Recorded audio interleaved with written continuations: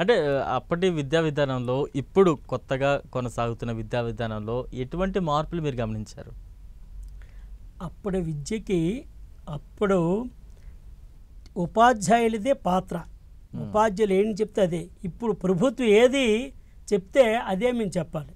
అప్పుడు మేము ఒక ఎగ్జామినేషన్ పేపర్ మేమే తయారు చేసుకున్నాం, మేమే ఇచ్చేవాళ్ళం. ఇప్పుడు అది కాదు. ఈ ఈ వాళ్ళే తయారు చేస్తారు, వాళ్ళే ఇస్తారు. వాళ్ళ లిమిట్లో మేము పనిచేస్తాం.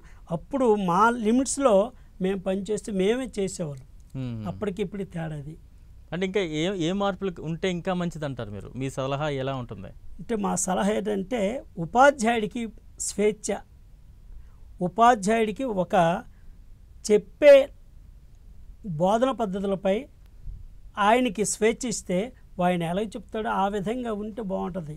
అంతేగాని వాళ్ళు ఏది చెప్పమన్నారు మేము చెప్తే అది ఒక ఇందులో ఇరుక్కున్నట్టు ఉంటుంది.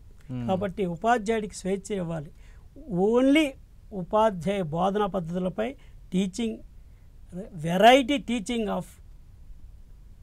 టీచింగ్ మెథడ్స్పై ఉంటే ఉపాధ్యాయుడికి స్వేచ్ఛ ఇస్తే ఆయన ఆలోచిస్తాడు.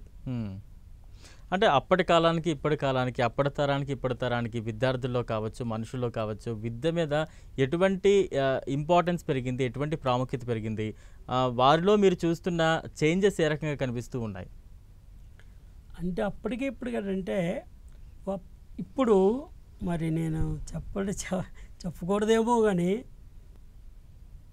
అప్పుడు పిల్లలు చదివేవాళ్ళు మోరల్ వాల్యూస్ ఎక్కువ ఉండేవండి. ఇప్పుడు ఎల్కేజీ నుండే లక్షలు హెచ్చించి చదివి కొన్నాళ్ళకి కొన్ని లక్షలు చదువుతున్నారు. దానికి ఉద్యోగం వచ్చిన వెంటనే దాన్ని ఎలాగ రికవరీ చేసుకోవాలనే ఉద్దేశం వ్యక్తిలో కలుగుతుంది. అప్పుడు ఆ విషయం ఉండేది కాదు. అంత డెడికేషన్ భావంతో పనిచేసేవాళ్ళు. ఏ వృత్తిలోకి వచ్చినా సరే డెడికేషన్ ఉండేది. ఇప్పుడు అలా కాదు. డెడికేషన్ కొంతమందికి కాదనలేదు సార్. ఎక్కువ మందికి ఇంత డబ్బు పెట్టి చదువుతున్నాం కాబట్టి మనం దీన్ని పూలప్ చేసుకోవాలంటే ఏం చేయాలని ఆలోచన జ్ఞానం మైండ్లో ఉంటుందని నా ఉద్దేశం అండి. ఓకే, అది